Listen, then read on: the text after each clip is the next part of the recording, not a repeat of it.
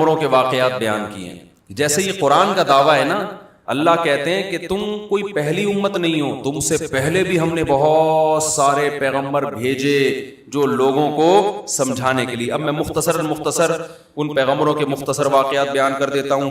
وَلَقَدْ أَرْسَلْنَا نُوحًا إِلَىٰ قَوْمِهِ إِنِّي لَكُمْ نَذِيرٌ مُّبِينٌ. اللہ کہتے ہیں ہم نے نوح علیہ السلام کو ان کی قوم کی طرف بھیجا. نوح علیہ السلام آدم علیہ السلام کے بعد سب سے پرانے پیغمبر ہیں.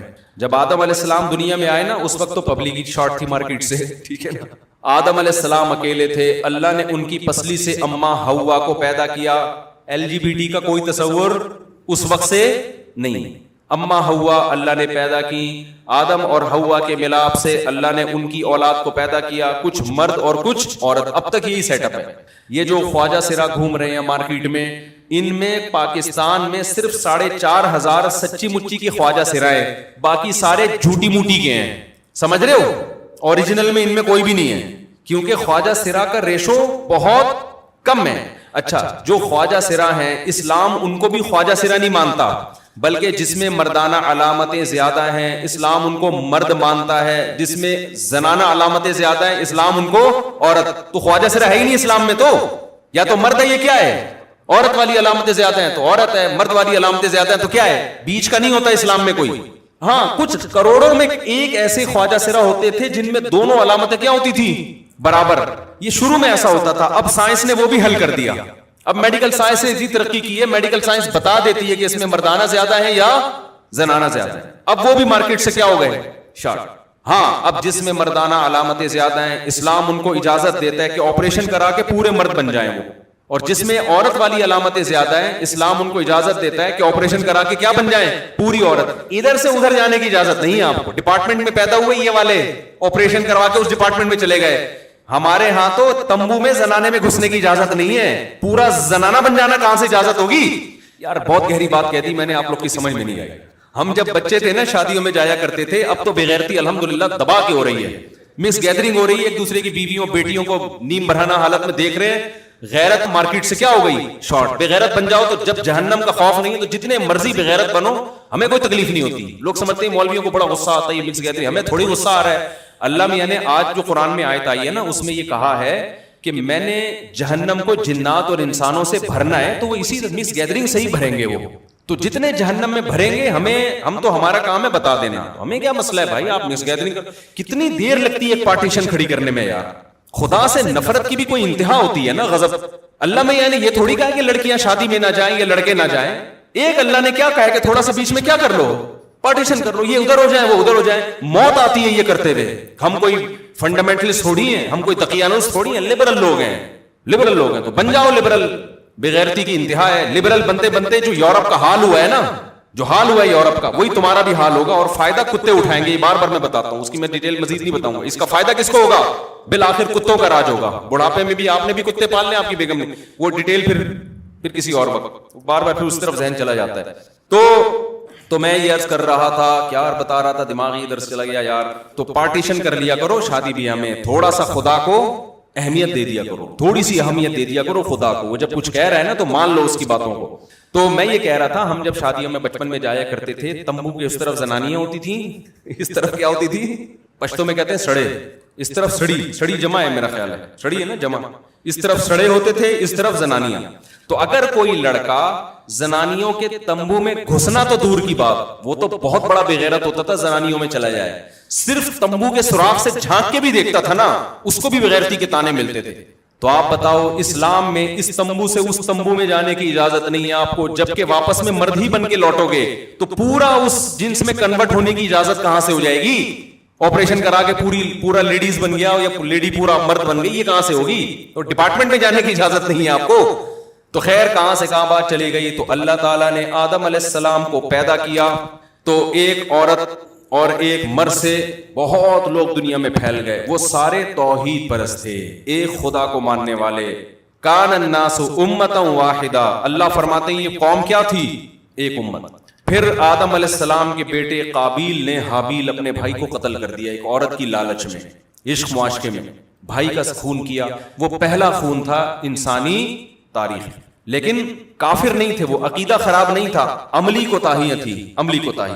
آہستہ آہستہ آہستہ آہستہ بڑے بڑے ولی اللہ پیدا ہوئے نا اس قوم میں، آدم علیہ السلام کی اولاد میں نیک بزرگ پیدا ہوئے جو لوگوں کو ہدایت دیتے تھے. کچھ پیغمبر بھی آئے، شیس علیہ السلام کہا جاتا ہے. تو ہوتے ہوتے ہوا یہ کہ کچھ بزرگ اتنے اچھے کہ جب وہ دنیا سے گئے نا تو لوگ ان کی یاد میں ان کے مجسمے بنا لیے. لوگوں نے کیا کیا ان کی یاد میں؟ یہ حرام ہے اسلام میں. جیسے لوگوں نے اپنے پیر صاحب کی تصویر لگائی ہوئی ہوتی ہے، اپنے ابا اماں کی تصویر دیواروں پہ لگائی ہوئی ہوتی ہے. کیا یہ جائز ہے اسلام میں؟ یادگار کے طور پر دیواروں پہ تصویر لٹکانا اسلام میں جائز نہیں. خیر انہوں نے، اب وہ قائد اعظم سے پوچھو بھائی، کہہ رہے قائد اعظم کی تصویریں بھی تو لگی ہوتی ہیں، تو جنہوں نے لگائی ہیں ان سے پوچھو. تو اسلام میں بہرحال تصویر سازی کیا ہے؟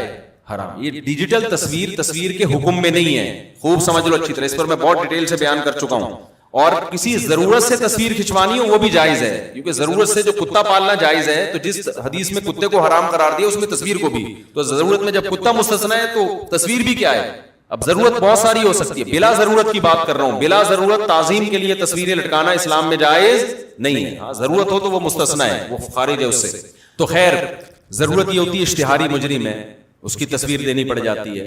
ہمارے یہاں تو نہیں دی جاتی لیکن بہت سے ملکوں میں دی جاتی ہے. ہمارے یہاں تو جو اشتہاری مجرم ہے، اللہ معاف فرمائے، عجیب سی باتیں زبان سے نکل رہی ہیں، وہ خود لوگوں کی تصویریں دے رہے ہوتے ہیں کہ ان کو پکڑو. تو خیر اب کیا بولیں یار. تو آدم علیہ الصلوۃ والسلام کے بعد نا اب نوح علیہ السلام کے دور میں کیا ہوا کہ اس سے پہلے کی بات ہے کہ لوگوں نے 5 بزرگ تھے عقیدت محبت میں ان کے مجسمے بنا لیے. ود، سوا، یغوث، یعوق، نصر، یہ 5 قسم کے کیا تھے؟ بت تھے.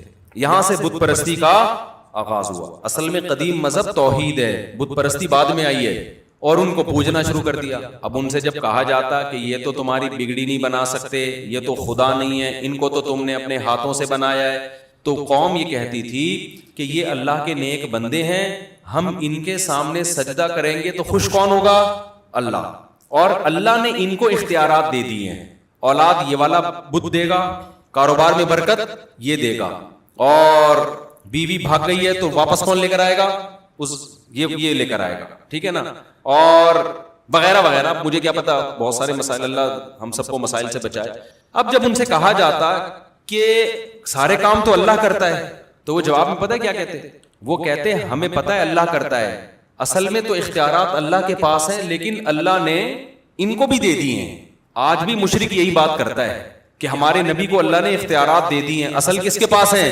اللہ کے. جبکہ اسلام کہتے ہیں کسی کو نہیں دی اللہ نے اختیارات، نہ نبی کو، نہ بدھ کو، کسی کو بھی نہیں، نہ فرشتوں کو. سارے اختیارات کس کے پاس ہیں؟ اللہ نے دیے ہی نہیں ہے کسی کو، جو اسباب سے ہٹ کے اختیارات ہوتے ہیں. اب کیا ہو رہا ہے کہ جی بجائے اللہ کے سامنے سر جھکانے کے بتوں کے سامنے سر جھک رہا ہے، ان سے منتیں مانی جا رہی ہیں کہ تو میری بگڑی بنا دے، تو یہ کر دے، تو وہ کر دے. فکر تھوڑی ہے بھائی، اللہ کے نیک بندے تھے تو آپ جب اپنے بندوں سے، بادشاہ جب لوگوں سے خوش ہوتا ہے تو علاقے دے دیتے ہیں نا ان کو. چل بھائی پانی کا وزیر میں نے تجھے بنا لیا، پانی مانگنا ہے تو بادشاہ کے پاس جانے کی ضرورت نہیں ہے. اب آپ کس کے پاس جاؤ گے؟ کراچی میں کسی کے پاس بھی نہیں جاؤ گے کیونکہ کہیں بھی نہیں ملے گا. لیکن جہاں دنیا میں نظام ہے وہاں کس کے پاس جاؤ گے؟ پانی کے وزیر کے پاس جاؤ گے، بجلی میں بجلی کے وزیر کے پاس جاؤ گے. تو اللہ نے جو ہے نا ان سے خوش ہو کے ان کو اختیارات بانٹ دی. اللہ کو اس سے غضب آتا ہے. اللہ نے اپنے پاس سارے اختیارات اس لیے رکھے ہیں کہ جب کسی کی کوئی حاجت ہو تو کس کو پکارا جائے؟ اللہ کو. لوگ اب اللہ کو چھوڑ کے کدھر، چاہے کوئی بھی لاجک اس کی پیش کریں، جا کدھر کو رہے ہیں؟ ان بتوں کے پاس. اور پھر اور بھی برائیاں آ گئی تو اللہ نے نوح علیہ السلام کو بھیجا. تو اس کا قرآن میں تذکرہ ہے، وَلَقَدْ أَرْسَلْنَا نُوحًا إِلَىٰ قَوْمِهِ، ہم نے بھیجا نوح علیہ السلام کو ان کی قوم کی طرف. إِنِّي لَكُمْ نَذِيرٌ مُبِينٌ، کہ میں تمہیں کھلا ڈرانے والا ہوں اللہ کے عذاب سے. تم غلط کر رہے ہو. إِنِّي لَكُمْ نَذِيرٌ مُبِينٌ أَلَّا تَعْبُدُوا إِلَّا اللَّهَ، غلامی کس کی کرو؟ صرف اللہ. جو اللہ کہہ رہا ہے وہ کرو. انی اخاف علیکم عذاب یوم علیم، دردناک عذاب کا خوف ہے مجھے تمہارے اوپر. فقال الملأ الذین کفروا من قومہ، قوم کے جو بڑے بڑے لوگ تھے نا، دولت مند اور سردار، وہ کہنے لگے. یہ آپ کو ہر نبی کے واقعے میں یہ چیز ملے گی، غریبوں نے مخالفت نہیں کی، مخالفت ہمیشہ قوم کے کیونکہ جس کا پیٹ بھرا ہوا ہوتا ہے وہ اللہ کو زیادہ بھولتا ہے، جس کا پیٹ خالی ہوتا ہے وہ اللہ کو یاد رکھتا ہے۔ صحیح حدیث ہے، آپ صلی اللہ علیہ وسلم نے فرمایا واللہ مل فقر اخشى علیکم ولکن اخشى علیکم ان تبسط علیکم الدنیا ولکن اخشى ان تبسط علیکم الدنیا فتہلککم کما اہلک الذین من قبلکم۔ آپ نے فرمایا مجھے میری امت پہ فقر و فاقہ کا خوف نہیں ہے کہ فقر و فاقے سے امت ہلاک ہو جائے گی، ایسا نہیں، مجھے خوف اس بات کا پیسہ بہت آئے گا امت کے پاس، اور یہ دولت ان کو ایسے ہلاک کر دے گی جیسے پچھلے لوگوں کو ہلاک کیا تھا۔ اب دیکھو نا عرب کنٹریز میں پیسہ جب نہیں تھا، دین پہ تھے نا پورے، جب پیسہ آ گیا تو مزید پیسہ کمانے کی کوشش۔ اب حال دیکھو کس طرف کو رخ ہو گیا ہے، تو یہی حال سب کا ہے دنیا میں۔ تو پیسہ آنے کے بعد دین سنبھالنا مشکل۔ تو اسلام یہ نہیں کہہ رہا پیسہ مت کماؤ، پیسے والے کو فکر دوسروں سے زیادہ کرنی ہے، کیونکہ اس کو پھر نا غریب علماء تو ویسے ہی برے لگ رہے ہوتے ہیں اس کو کہ ان کے پاس تو پہننے کے چپل نہیں ہے، ہمیں بتائیں گے طلاق ہوئی ہے کہ نہیں ہوئی ہے، صحیح ہے نا، یہ ہمیں بتائیں گے وراثت کے کیا مسائل ہیں، تو یہ تانا ملتا ہے۔ تو اللہ تعالیٰ نے فرمایا کہ فقال الملأ الذین کفروا من قومہ، قوم کے جو بڑے بڑے سردار تھے، وڈیرے تھے، وہ کہنے لگے ما نراک الا بشرا مثلنا، آپ تو ہماری طرح کے انسان ہو، آپ کیا ہو؟ ہماری طرح کے انسان۔ اس میں بھی بڑی ٹیکنیکل پوائنٹ کی بات ہے، ہر پیغمبر کو یہ تانا ملا ہے کہ آپ ہمارے جیسے بشر ہو، کھاتے ہو پیتے ہو، بازاروں میں خریداری۔ پیغمبروں نے جواب میں یہ نہیں کہا کہ نہیں ہم بشر نہیں ہیں، ہم کوئی اور مخلوق ہیں، بلکہ پیغمبروں نے یہی کہا ہم کیا ہیں؟ تمہاری طرح کے بشر ہیں۔ تو اللہ نے انسانوں میں ایک انسان کو سلیکٹ کر لیا۔ اس سے بھی پتہ چلتا ہے کہ جو پیغمبر ہیں، آپ بتاؤ پیغمبر سے بڑا ولی اللہ کوئی ہو سکتا ہے؟ لیکن ان کی لائف نارمل لائف ہوتی ہے۔ آج جو ہمارے ہاں ولی اللہ کا تصور ہے وہ یہ ہے کہ نہ گھڑ سواری کرے، نہ وہ 4 شادیاں کرے، نہ کہیں رشتے کا پیغام بھیجے، وہ نہ وہ سوئمنگ کرے، نہ وہ نلی نہاری کھائے جاوید نہاری پہ بیٹھ کے، نہ وہ انڈوں پہ مرغی بٹھائے، وہ ایک عجیب سی مخلوق ہو۔ خرامہ حضرت جی تشریف لاتے ہیں اپنے گھر سے نماز کے لیے، نظریں پلکیں جھکا کے، ایسے منہ سے خوشبوؤں کی لہریں نکل رہی ہوتی ہیں، بغلیں بلے جیسی ہوں، تو کسی نے جھانکیں نہیں دیکھی ہیں، آ کے تمیز سے نماز پڑھ کے پھر روتے ہیں دھوتے ہیں، پھر تمیز سے نصیحت کر کے خرامہ، یہ لائف سٹائل ہے حضرت۔ 2 طرح کی ڈشیں ان کے سامنے آ جائیں تو ان کو غصہ آ جاتا ہے کہ دنیا مسافر خانہ ہے، مجھے صرف ککڑی کھلاؤ، ٹھیک ہے نا۔ یہ بزرگ کا اسلام میں تصور بولو نہیں ہے۔ صحابہ تو ایسے نہیں تھے بھائی، گھوڑے سے تیز دوڑ لیتے تھے۔ سلمہ ابن اکوا، اگر سلمہ ابن اکوا اس زمانے میں ہوتے، کوئی روحانی علاج کراتا ان سے؟ جب ان کو بھاگتا ہوا دیکھتا کوئی بھی نہیں کراتا، کہتے ہیں یار یہ تو بزرگ ہی نہیں ہے، تو گھوڑے سے بھی تیز دوڑ رہے ہیں، میں گھوڑے سے علاج کرا لوں گا، ٹھیک ہے نا، کسی اور مخلوق سے علاج کرا لوں گا۔ تو یہ جو بزرگ کا تصور ہے نا، اس کو کھوپڑی سے کیا کرو،